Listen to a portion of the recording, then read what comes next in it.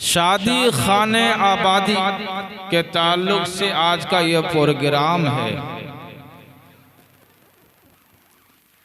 और जनाब मरहूम अब्दुल सुभान साहब की शायद ये सबसे छोटी बच्ची की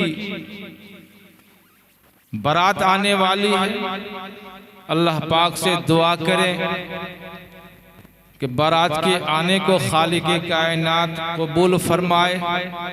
निकाह का जो अमल वजूद में आए, ज़ौजैन में खालिक़े कायनात उल्फत व मोहब्बत नसीब फरमाए। फिर अल्लाह पाक बारात के वापसी को कबूल फरमाए।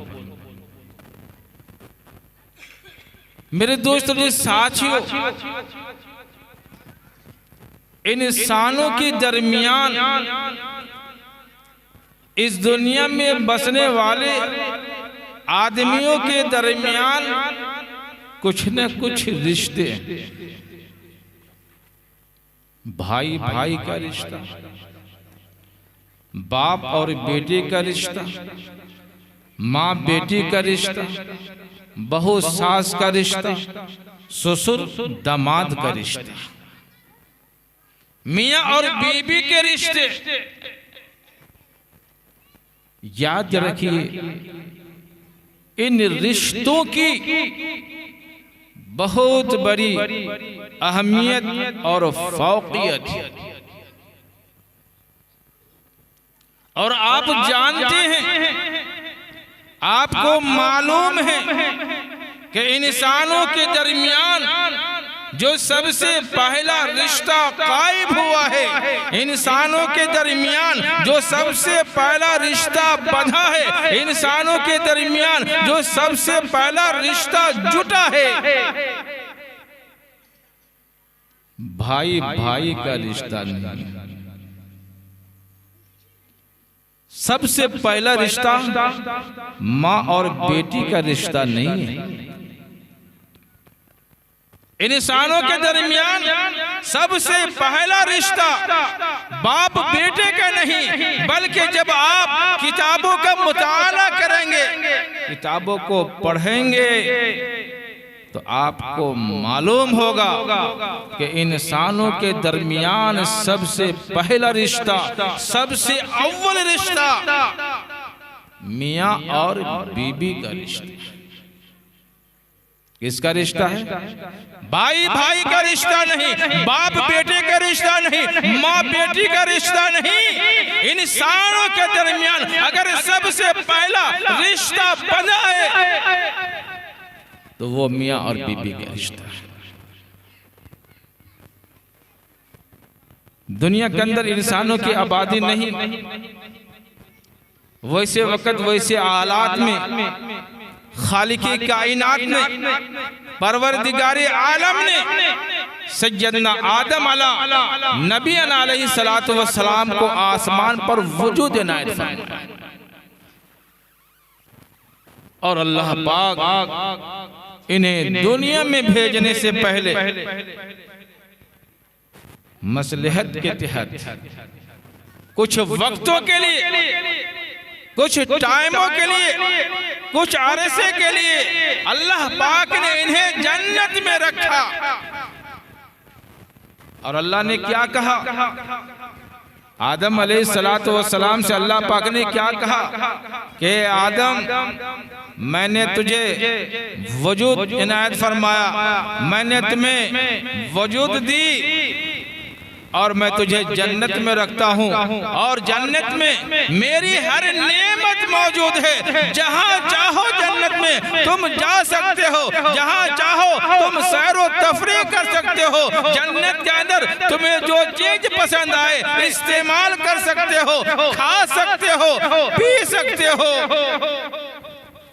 हजरत आदम अला नबी अलैहिस्सलातु वस्सलाम जन्नत में रहने सहने लगे, अल्लाह की नेमतों को इस्तेमाल करते रहे, खाते रहे, पीते रहे। इनका वक्त गुजरता रहा, वक्त कटता रहा, लेकिन एक मौका आया।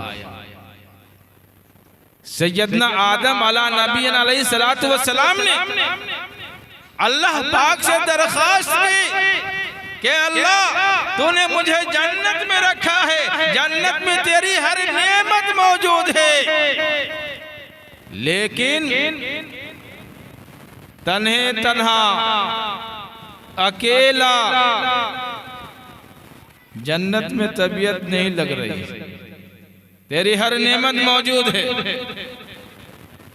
तेरी हर अशिया मौजूद है, लेकिन ए मेरे खालिक़े कायनात जन्नत में अकेला तबीयत नहीं लग रही है, इसलिए मुझे एक साथी की जरूरत है।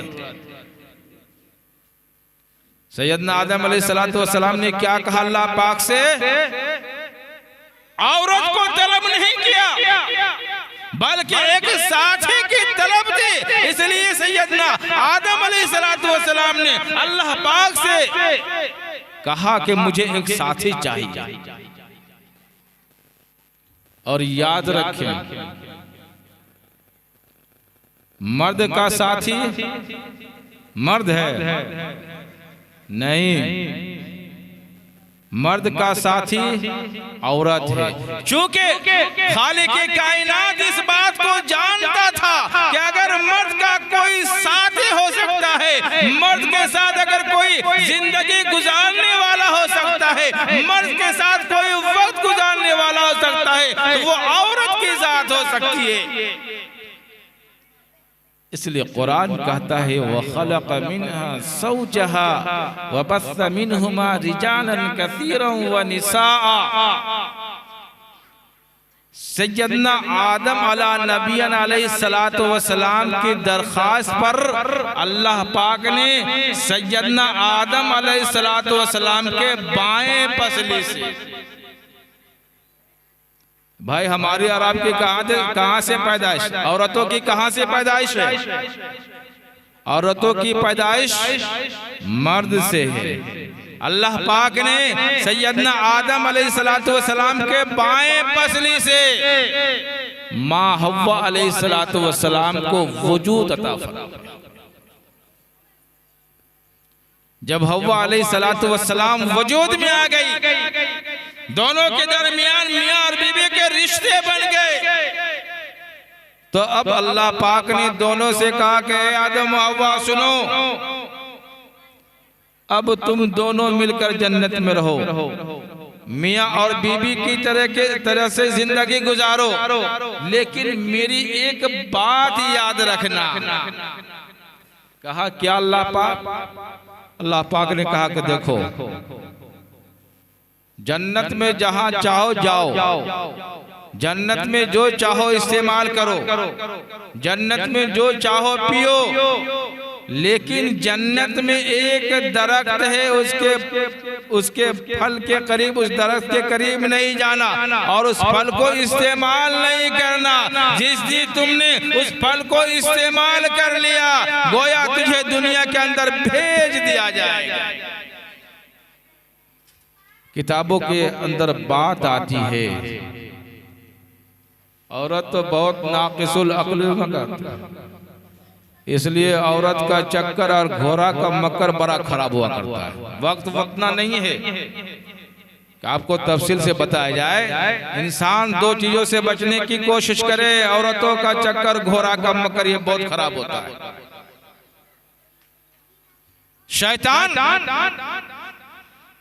हजरत हव्वा अलैहिस्सलातु वस्सलाम के दिल के अंदर वसवसे डालता रहा। क्या वसवसा था कि अगर इस जन्नत के दरख्त के फल को इस्तेमाल कर लेंगे तो हमेशा हमेशा आप जन्नत के अंदर रहेंगे, दुनिया के अंदर आप भेजे नहीं जाएंगे। कहते रही और यकीन जानिए, अगर आपकी बीवी, हमारी बीवी भी एक चीज को बार बार कहते रहे तो मर्द औरत के जाल में फंस जाता है, मर्द औरत के जाल में फंस जाता है। हजरत आदम अलैहिस्सलातु वस्सलाम को कहते कहते तैयार कर लिया।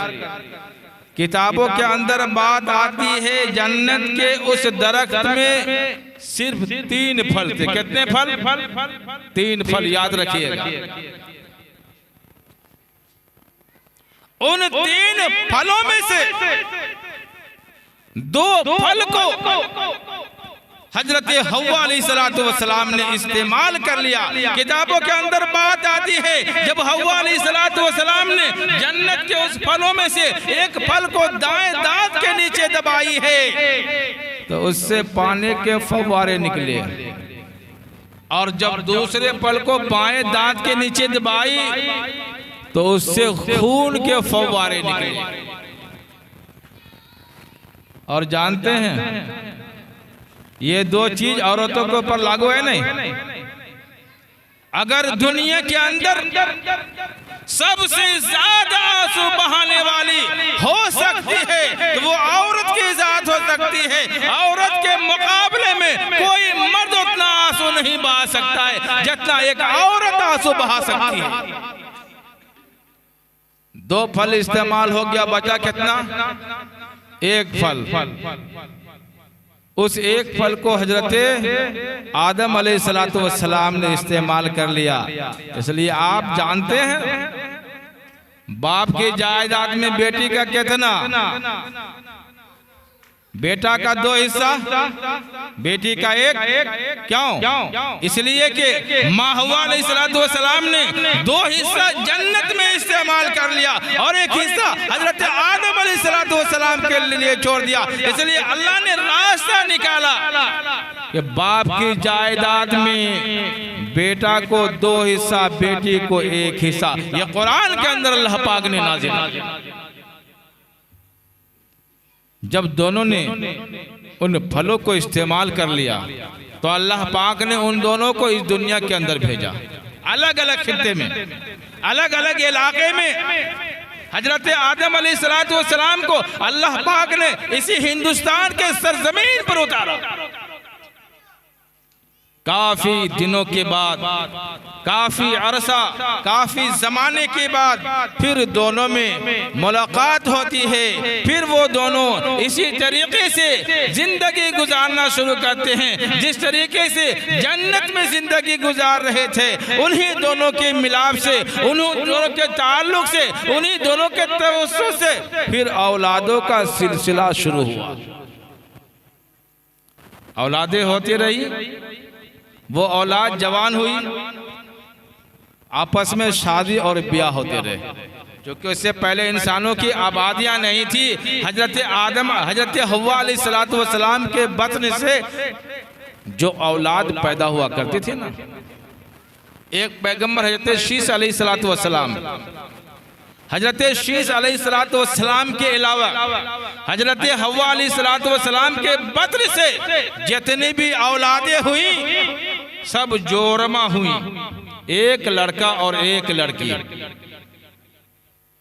फिर इन मिसाल के तौर पर 1 लड़का और 1 लड़की आज पैदा हुआ या हुई, फिर 9 महीने के बाद 1 लड़का और लड़की पैदा हुई या 2 साल के बाद हुई, तो इन दोनों में गुलट शादी हुआ करती थी। क्योंकि अल्लाह पाक को हालांकि भाई बहन के रिश्ते, लेकिन अल्लाह पाक को आबादी बढ़ाना था, आबादियों को फैलाना था, इसलिए ये उस वक्त जायज था। लेकिन अब अगर कोई ऐसा करना चाहे तो वो नहीं कर सकता है। कोई इंसान अपनी बहन से शादी नहीं कर सकता है, अपनी माँ से शादी नहीं कर सकता है, इसलिए कि अल्लाह पाक ने मना किया है, अल्लाह पाक ने रोका है। इसलिए मेरे दोस्तों और साथियों, इन्हीं दोनों के ताल्लुक से औलादों का सिलसिला शुरू हुआ, शादियां होती रही, आबादियां बढ़ती रही। वही आबादियां आज बढ़ते बढ़ते आज हमारे माहौल और माशरे तक आया है। और इंशाअल्लाह सुम्मा इंशाअल्लाह जब तक क़यामत तक ये रस्म रिवाज चलता रहेगा। बल्कि किताबों के अंदर बात तो यहाँ तक आती है, जब ये दुनिया खत्म हो जाएगी, दुनिया फना हो जाएगी, जमीन खत्म हो जाएगी, आसमान खत्म हो जाएंगे, जन्नत में जाने वाला जन्नत में चला जाएगा, दोज़ख में जाने वाला दोज़ख में चला जाएगा। तो ये शादी और ब्याह का सिलसिला जन्नत के अंदर भी बाकी रहेगा।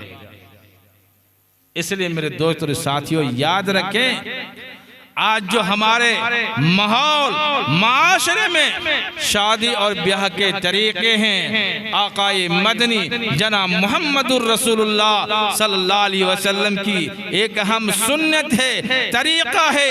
नबी सल्लल्लाहु अलैहि वसल्लम ने फरमाया अन्निकाहु मिन सुन्नती फमन रग़िबा अन सुन्नती फलैसा मिन्नी औ कमा क़ाल अलैहि सलातु वस्सलाम। आक़ाए मदनी जनाब मुहम्मदुर रसूलुल्लाह सल्लल्लाहु अलैहि वसल्लम ने फरमाया, और दुनिया में बसने वाले इंसानों सुनो, अगर तुम्हें सलाहियत है, ताकत है, एक मर्द है वो अगर अपनी बीवी को खिला सकता है, पिला सकता है, रहने सहने के लिए मकान दे सकता है, तो वो ऐसे शख्स को चाहिए कि शादी कर ले। और अगर नहीं कर रहा, वक्त काट रहा, तो अल्लाह के रसूल सल्लल्लाहु अलैहि वसल्लम फरमाते वो मेरे तरीके और मेरे रास्ते पर नहीं।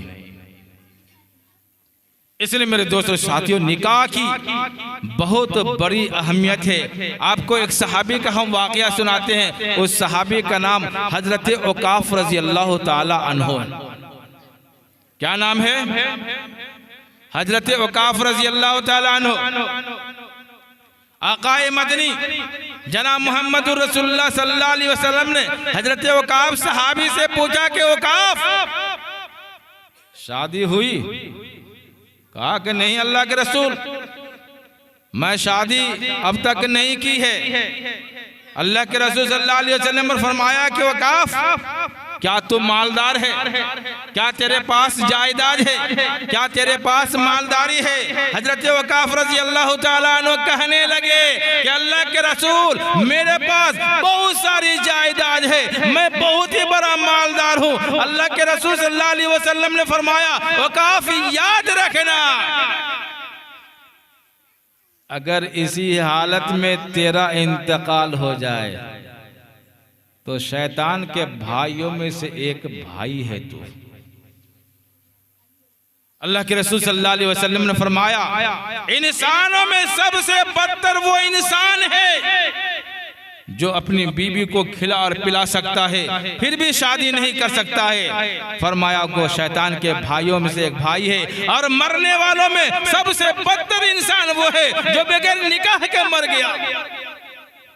इसलिए याद रखें, शादी और ब्याह आकाए मदनी जनाब मुहम्मदुर रसूलुल्लाह सल्लल्लाहु अलैहि वसल्लम की एक अहम सुन्नत है, तरीका है। बात बहुत सारी है लेकिन वक्त इजाजत नहीं दे रहा है। लेकिन मेरे दोस्तों साथियों, याद रखें जनाब मरहूम अब्दुल सुभान साहब की बच्ची की जो बारात आने वाली है, याद रखें कि अल्लाह पाक ने इन औरतों के मकाम को बहुत ऊंचा बनाया है। मजहब इस्लाम ने इन औरतों के दर्जे को बहुत बुलंद किया है। हदीस के अंदर बात आती है, अल-मुख्तसर बात यह है, सहाबा किराम रिजवानुल्लाहि ताला अलैहिम अजमईन तशरीफ फरमाते, आकाए मदनी जनाब मुहम्मदुर रसूलुल्लाह सल्लल्लाहु अलैहि वसल्लम आए और अल्लाह के रसूल सल्लल्लाहु अलैहि वसल्लम ने उन तमाम सहाबा से कहा कि ओ सहाबी सुनो, जिनको अल्लाह पाक ने 3 लड़की अता की हो। कितनी लड़की? 3 लड़की अता की हो। वो माँ और बाप अपने उन 3 लड़कियों की सही तरीके से तरबियत कर ले, सही तरीके से रेख देख कर ले, और जब वो बच्चे बालिग हो जाए तो अच्छा से अच्छा रिश्ता तलाश करके शादी ब्याह कर दे। आकाए मदनी जनाब मुहम्मदुर रसूलुल्लाह सल्लल्लाहु अलैहि वसल्लम फरमाते हैं, वैसे माँ और बाप के लिए मैं जिम्मेदारी गारंटी लेता हूँ कि वैसे माँ और बाप को खुदा जन्नत नसीब करेगा।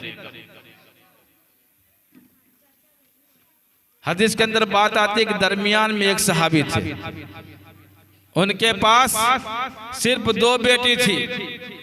खड़े हुए घबराए, कहा कि अल्लाह के रसूल आपने फजीलत तो 3 बेटी वालों के बारे में सुनाई, लेकिन अल्लाह के रसूल मेरे पास सिर्फ 2 बेटी है, क्या हमें इन 2 बेटियों के ऊपर कोई अज्र और सवाब नहीं मिलेगा?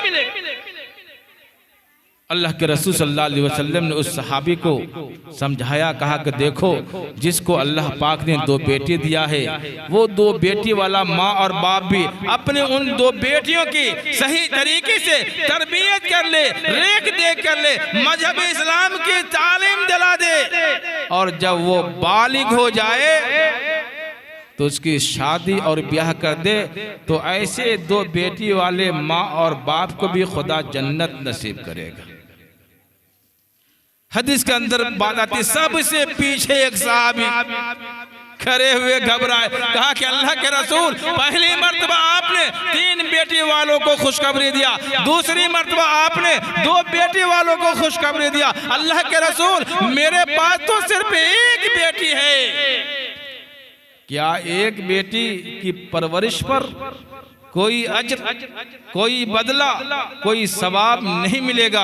अल्लाह के रसूल सल्लल्लाहु अलैहि वसल्लम ने फरमाया कि हाँ, अल्लाह पाक ने जिसको एक बेटी अता किया हो, वो माँ और बाप अपने उन एक बेटी की सही तरबियत कर ले, रेख दे कर ले, मजहब इस्लाम की तालीम दिलवा दे, और जब वो बालिग हो जाए तो उसकी शादी और ब्याह कर दे, तो उस एक बेटी वाले माँ और बाप को भी खुदा जन्नत नसीब करेगा।